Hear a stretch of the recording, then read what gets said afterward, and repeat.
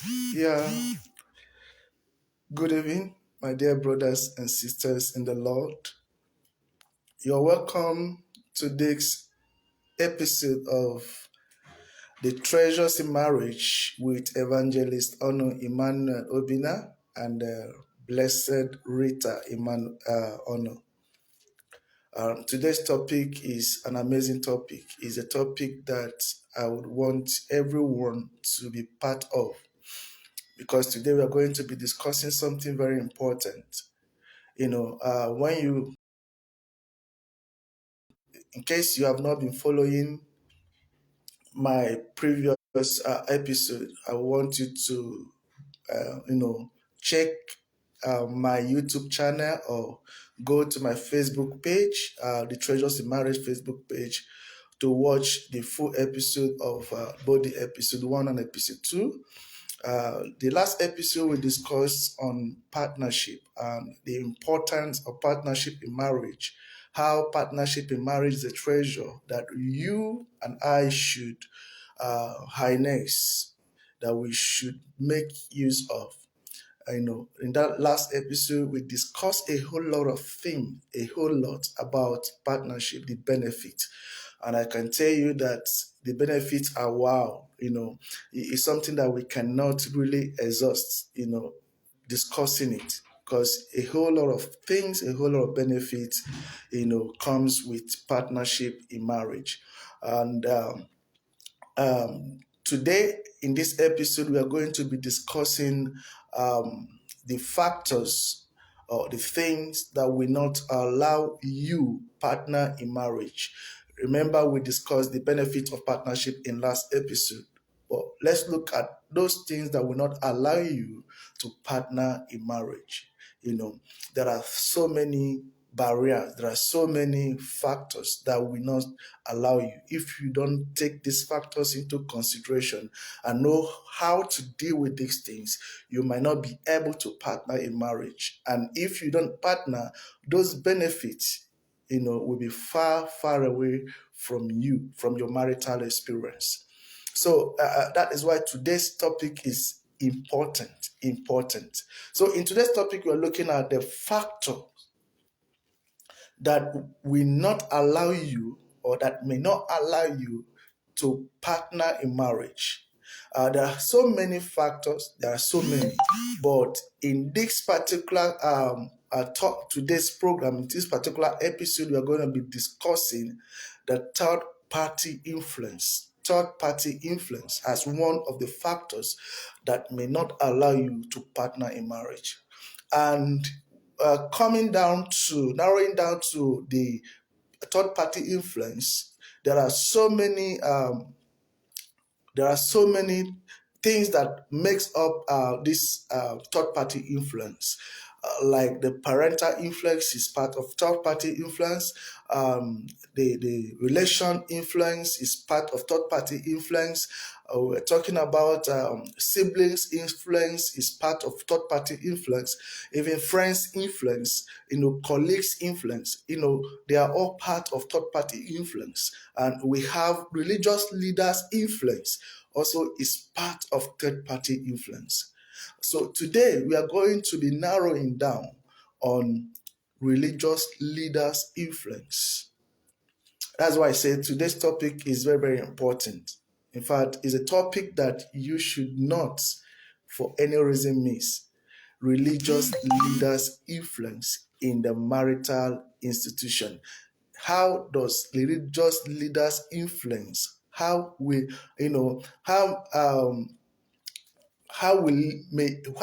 it affect or make you not to actually partner in marriage? So it is something that I want you to follow me carefully, because the truth of the matter is that until we begin to reveal this truth, until we begin to speak this truth out, many people will continue to fall victims, and so many homes will continue to go from worse to worse, and that's just the truth. So by the time we begin to hear the truth and begin to unveil the truth to us, That is only when our marital institution will begin, we gain restoration, and things that are supposed to be, we begin to be. Praise the Lord. So let's look at religious leaders' influence, how it may affect your partnership in marriage. Now, I want to start, by the special grace of God, I have been in ministry for a while now.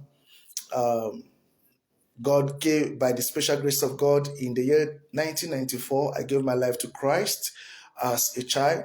And since ever I gave my life to Christ, I have worked in the children department. I was one of the children leaders, being a choir master, being a chorister as a child. I've been to camp, then growing up into the teens department. I was also fully in charge of, fully involved in the leadership of the teenage class.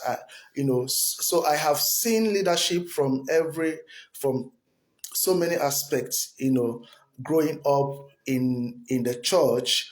So what I'm speaking to you, I am not just saying it, but I am speaking out of experience and what I have discovered and verified. And I believe that these things are not supposed to be in the body of Christ. Praise the living Jesus. So religious leaders' influence in the marital institution might not allow you to partner with your partner. What do I mean? Not every religious leader, not everyone is ignorant of this, of this truth. But the truth of the matter is that many of us in the ministry, we love to possess the wife of another to run our ministry, while neglecting her responsibility in her home. And that is just the truth. I repeat, we like to possess the wife of another man. We like to possess the wife of another man, use her to run our ministry while neglecting her primary responsibility in her home. And that's just the truth, nothing but the truth. So in this case, many women, because of their orientation about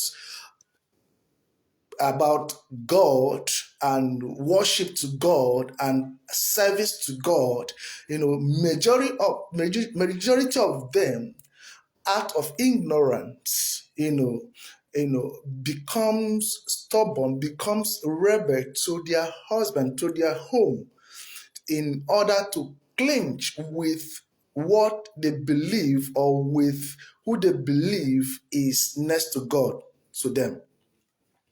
And I'm telling you the truth, because so majority of women in this part of the world sees the religious leaders as next to God.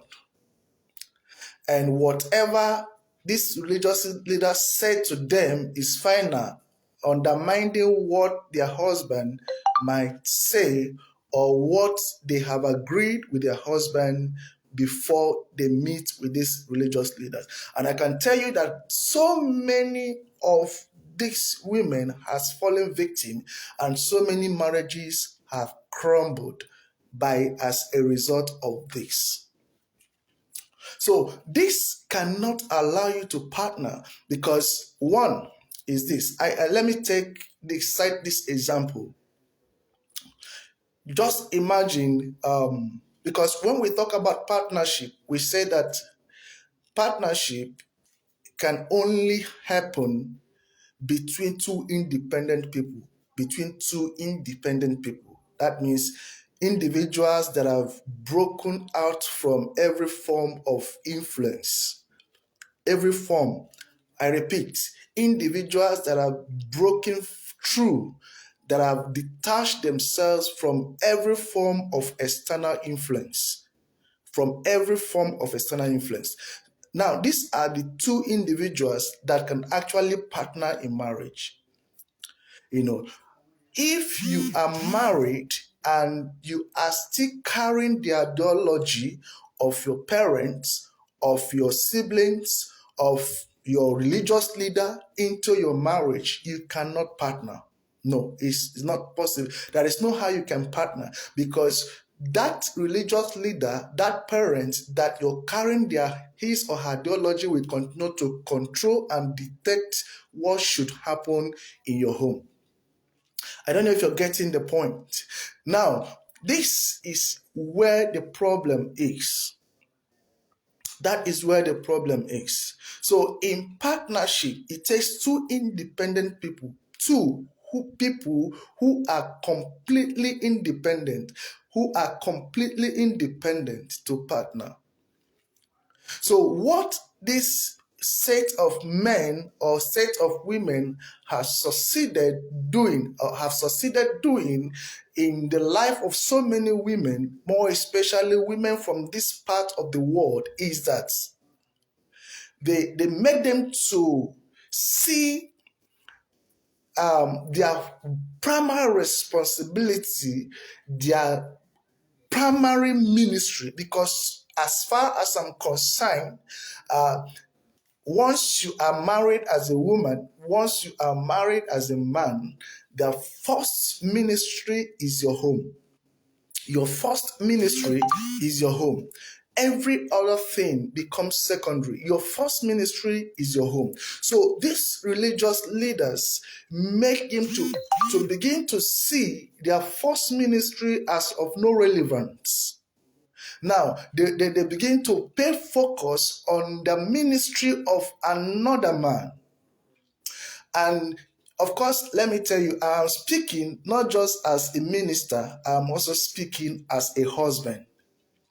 The question is, how will I feel if my wife doesn't do what she ought to do as a wife in the home? That is just the question. Let me take another example. Of course, this which I have seen over and over again. Now, for me, let me use myself and my ministry as an example. Let me say I am married to my beautiful wife, and I have a program to attend somewhere. And one of my choristers is also married, but I need her to be in that same program with me. Now, the question is, what should I do? What should I do? Because one, knowing that I am married, the chorister that is supposed to go with me to minister is also married. Now, I am going into the ministry, to the program to minister with a woman who is also married. But what most ministers of God first do is that they will carry the woman without the permission of her husband. Now, when we are done with the program, I go home believing that my wife is at home, would have prepared my meal, would have taken care of my kids. But I have gone out with another man's wife who is supposed to do for her husband what my wife has done or is doing for me at the same time. And I have gone with his wife without his permission, and I have also made the woman to believe that what she's doing, that she's serving God. And because of the trust and because of the belief, because of the rotation, she takes it in that, I am serving God. Even I have had so many women rebel, disobey their husband because of this. In fact, they speak it. I better leave than to leave going to that program. So it is all about orientation. So because of this influence, it's a third party influence. Because of this influence, so many people have failed to partner in marriage. Third party influence. I know religious leaders' influence. That is what I am dwelling on today. Religious leaders' influence. So your ability to understand that in marriage, for you to partner, you must be able to own ownership of your life, understanding who you are, understanding who your husband is, understanding who your wife is, understanding your responsibility as a man and as a woman in your home first, understanding that you have to take care of your home first. You have to take care of your first ministry first. The first assignment God has given to you should come first before any other. Don't allow anyone to brainwash you to believing that your own ministry is of no relevance. So, because of this, I can tell you that majority of women believe they are serving God, believe they are worshiping God, believe they are doing the best, in fact, that God is happy with them. But I want to announce to you that I'm sorry. God is not happy with you because you have constantly told God that his rules, his institution is of no relevance to you. And that's just the truth. That is just the truth. So let me use this opportunity to talk to the religious leaders. That's why I said from the beginning that I want you to know that this particular episode is not targeted at targeted at anybody. No, we are here to speak the truth. We are here to open the eyes of people. We are here to tell the people the truth, because one of the greatest assets we have on this earth, in this world, is the asset of marriage, is the asset that we have being married, is the asset that we have in having that opportunity to partner in marriage is the greatest asset.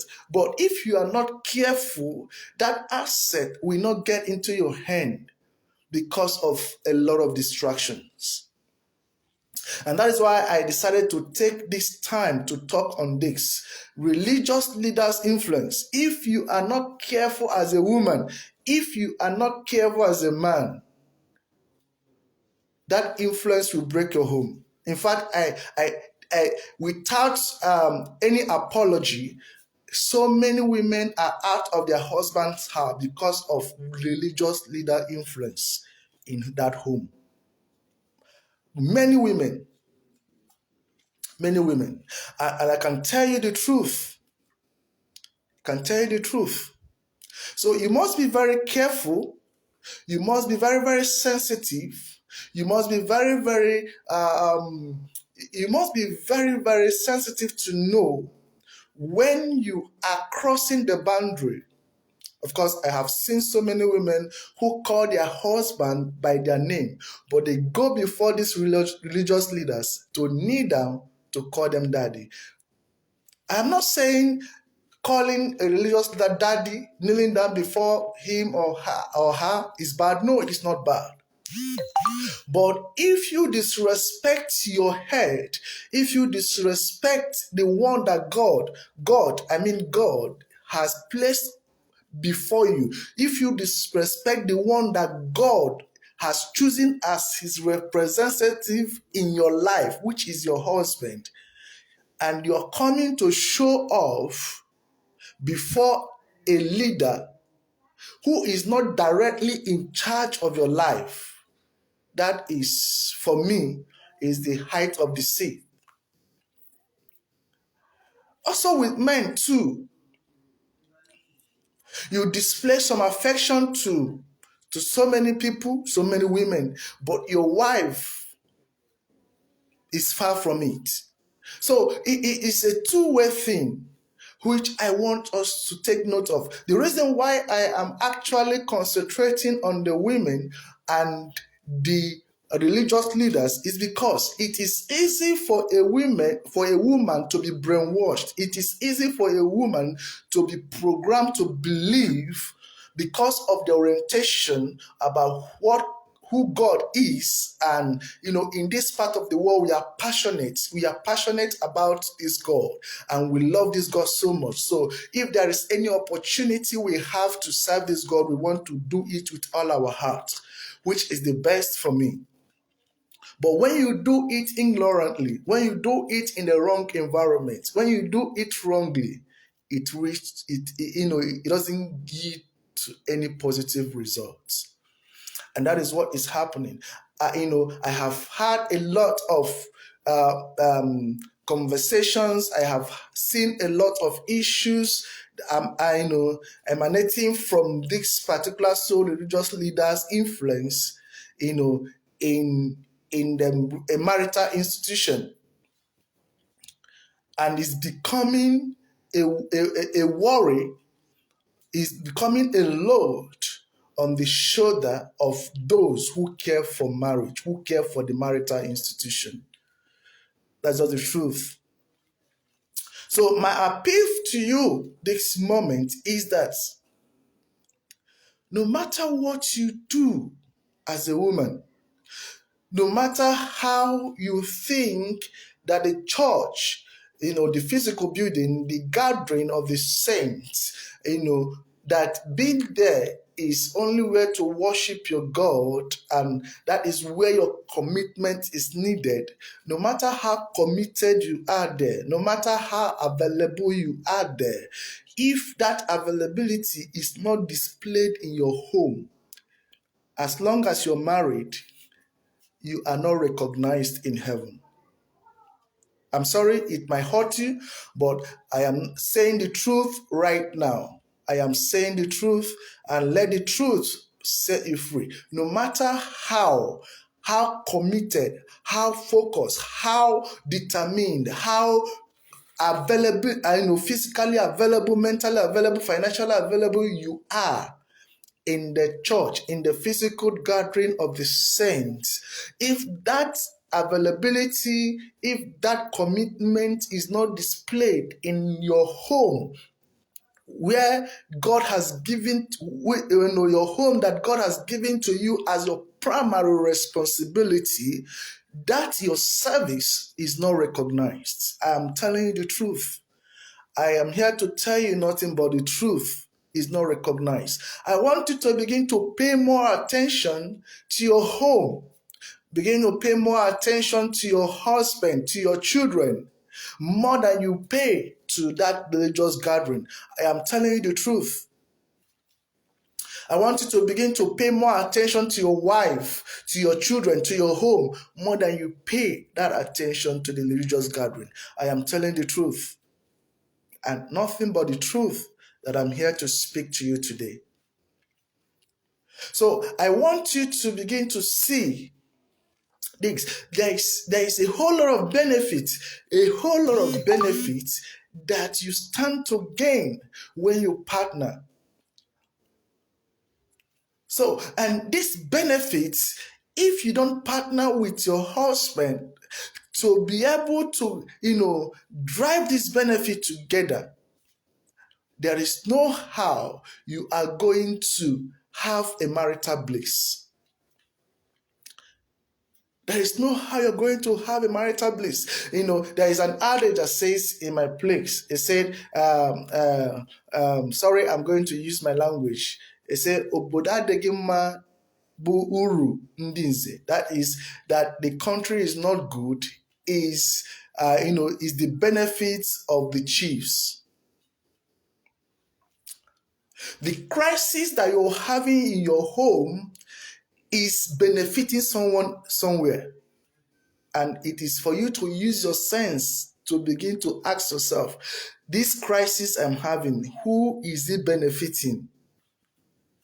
Because for you to be for you to be, for you to be disorganized, for you to lose focus of your home, to focus on the other, that crisis must occur.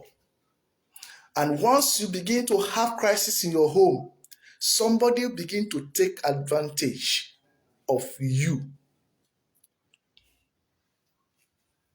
Begin to take advantage of you.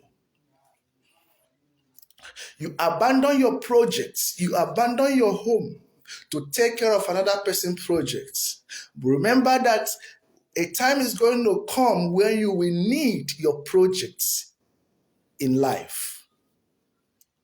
I am not saying that you should not attend to other people's projects. I am not saying that don't be active in the church. No, that is not what I'm saying. I'm not saying that don't be active in the gathering of the saints. No, I am not saying that don't listen to the voices of your religious leaders. No, that is not what I am saying. It is not. But what I'm saying is that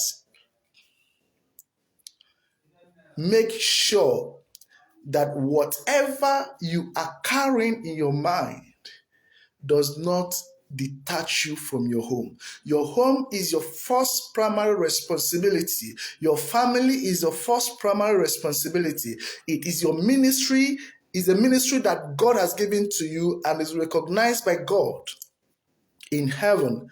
And even the forces of darkness recognizes that.